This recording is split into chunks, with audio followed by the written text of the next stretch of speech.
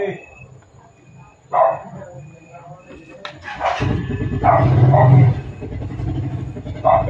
magandang gabi mga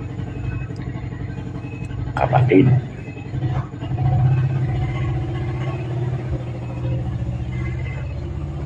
Live tayo ulit nga ngayong gabi.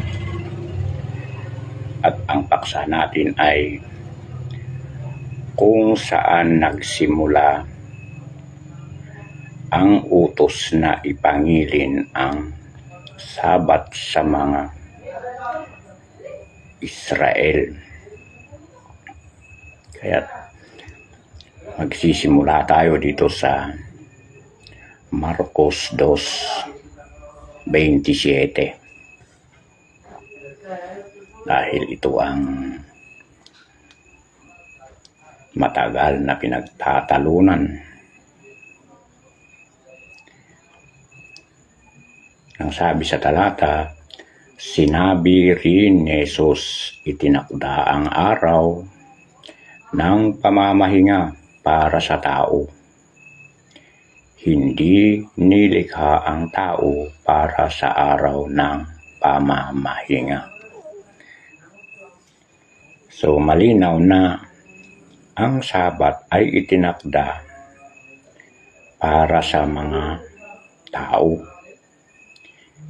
Hindi nilikha ang tao para sa araw ng pamamahinga.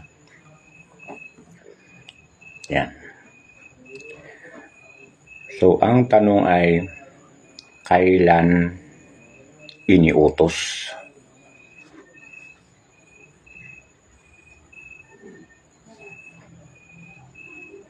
Yan ang